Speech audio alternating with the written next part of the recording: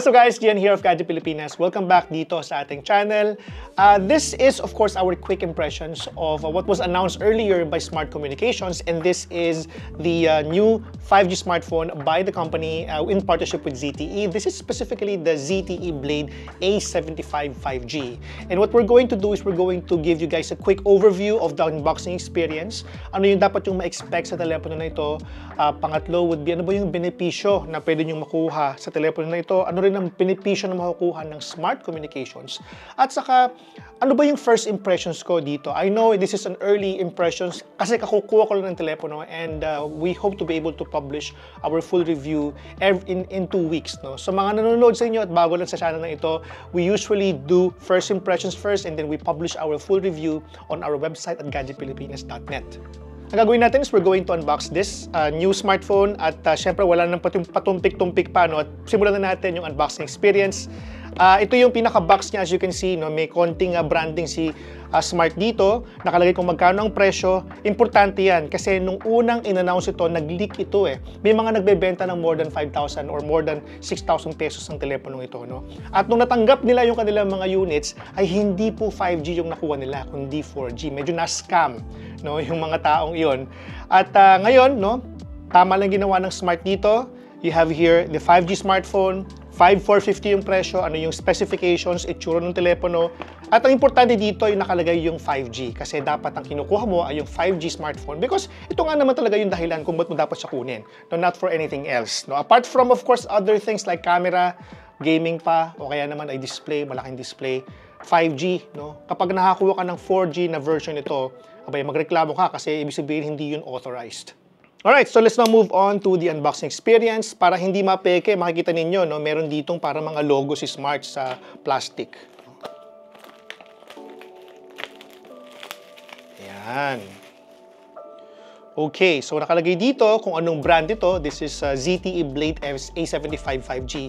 Naalala niyo ba yung panahon na nag-announce sila ng Smart phone, no? Si Smart. I think nasa 2,000 pesos yata yun. Para sa akin at that time, no, ito yung kumbaga revolutionary kasi nagkaroon ng experience ng mga Pilipino na magkaroon ng smartphone for the very first time. Matagal to, 14 years ago pa. No? Kung naalala niyo yung Smart Amazing Phone, that is the one that I'm actually referring to. At ito na yung pinakabago nilang parang Smart Amazing Phone ngayon in partnership with ZTE. And this is particularly a Blade A75 5G. Meron ding A75 na binibenta sa ibang lugar pero hindi yun 5G. No? This is the one that is 4G.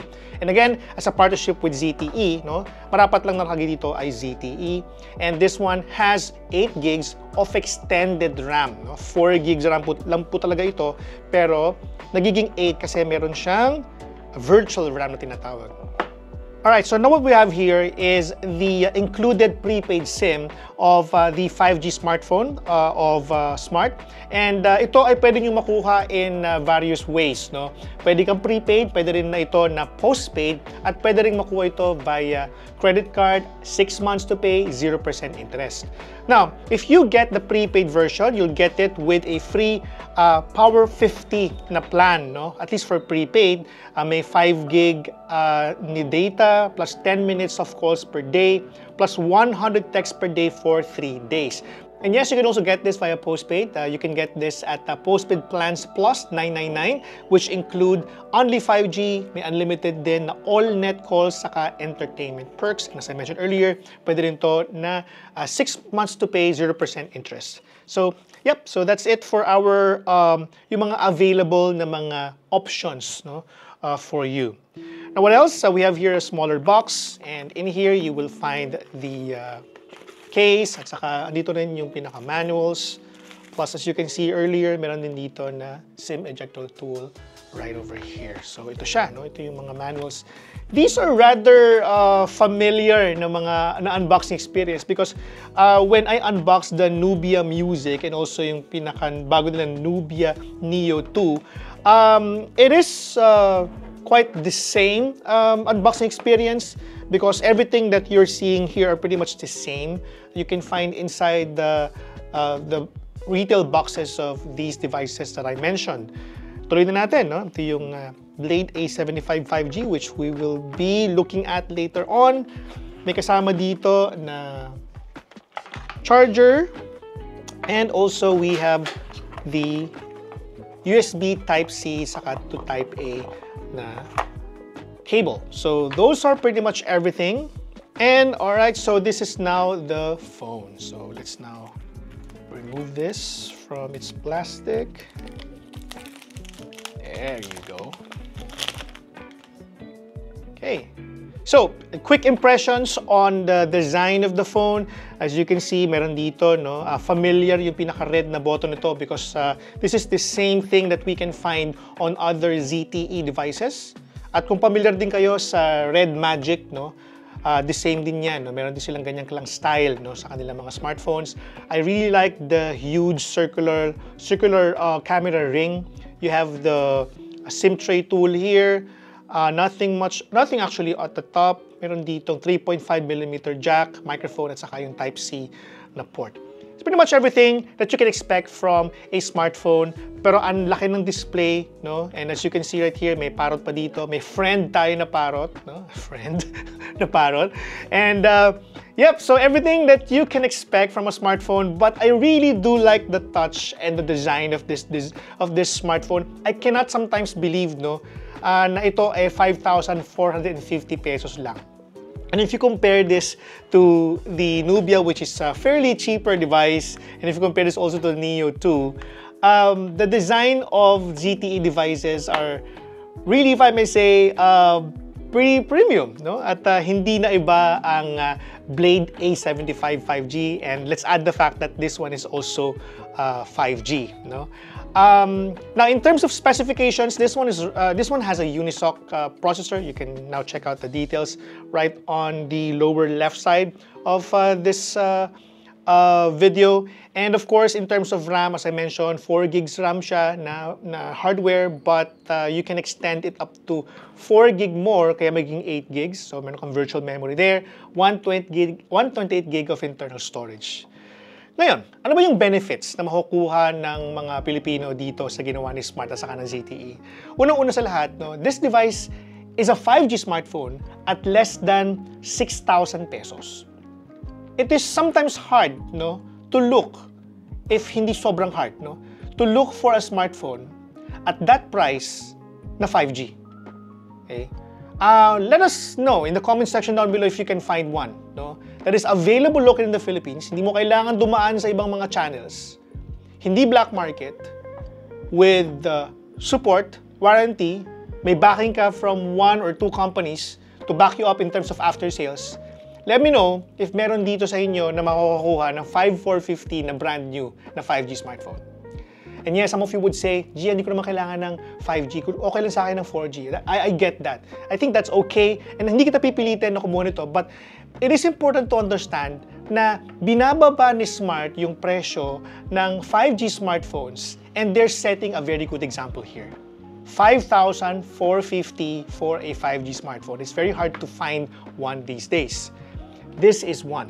No? Ano bang benepisyo ng 5G? Si Smart ay ang pinakamalaki na 5G network breadth, no, or connection, no, in the Philippines.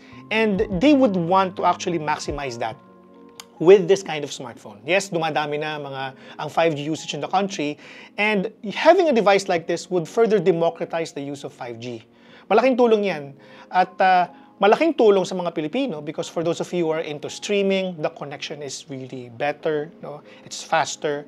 And having a 5G smartphone and a phone that is able to connect to the 5G network of Smart is really worth it.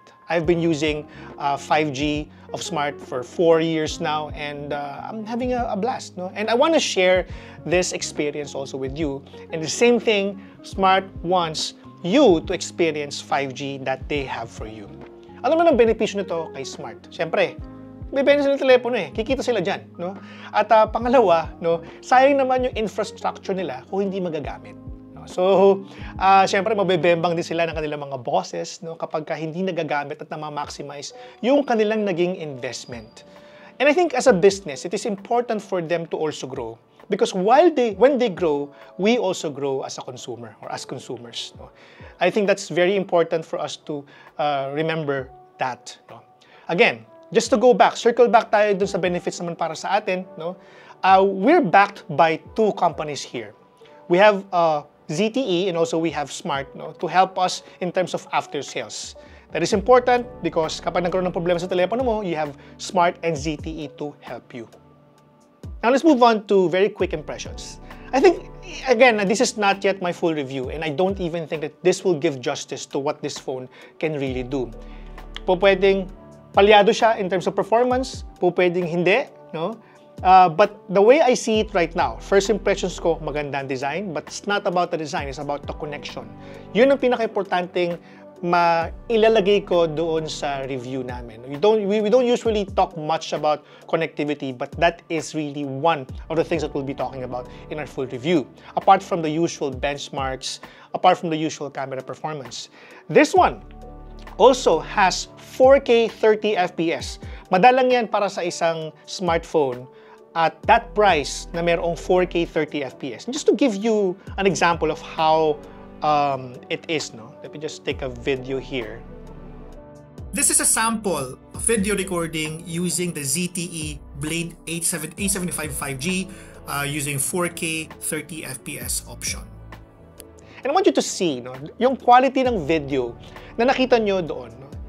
How crisp it is. I know you're watching this at maybe at 1080p, no, at 30 FPS, but I want you to know that I shot it at 4K. How is it, no? Kamusta? May pixelation ba? Maganda ba ang kulay, no? Importante yan minsan. Yes, you can only shoot 1080p at 60 FPS, no, or 30 FPS at using the front-facing camera, but that should be more than enough for you to use, no, on your content creation, or even, you know, talking to your mother, to your father via Facebook Messenger, o kaya naman Zoom. Okay? Pag-usapan naman natin ang kanyang display, and as you can see right here, let's go on and check out the display capability of this device. Display is, screen refresh rate is up to 120 Hz. Again, 120 Hz on a 5,450 pesos. May mga devices na hanggang 90 Hz lang at that price point. In fact, may mga devices na 10,000 pesos pero 90 Hz pa rin. Okay? Ito, 5,450 pero naka 120 Hz. Ngayon, ito naman sabi ko, no? I think ZTE is probably watching this video and even Smart. 120 Hz for a device with 4 gigs of RAM plus 4 for virtual RAM. No? Baka hindi magkaroon ng hustisya, no, yung performance na yun because you're asking for 120 Hz. But then again, not everyone who would buy this phone would use it for gaming. It would be for browsing. And 120 Hz when browsing can be beneficial also for the eyes. Okay? So, yun lang naman na kailangan nating put into context. Cutout display may also be changed if you want. You can utilize it. What else can we take a look at this device? Oh yeah, meron din pala siya na reading mode to change the color maybe para mas maging pleasant, no? Pagka nagbabasa ka. May night light din siya. You can change the color. Filter blue light, again, for our eyes. Importante yan. And this barely scratches the surface of what this phone can do. I know this is not the most powerful smartphone, but it is, for now, for the price that they ask. What do you guys think about the new Blade A75 5G of Smart? What do you think about this initiative by the company? Are they doing a good job? Would you buy this for yourself or for your family or friend? Let us know in the comment section down below. I would love to know also kung meron kayong comments, no, para kay Smart. Because according to them, this is the first of many 5G smartphones that they will be introducing in the market. And I, for one, am very, very excited for that. Let us know in the comment section down below if you're new to the channel. We publish reviews after unboxing and first impressions after 2 weeks, no, from the time of that, no? And we'd love you to see our full review later on our website at gadgetpilipinas.net. Again, see you in the next one. Bye!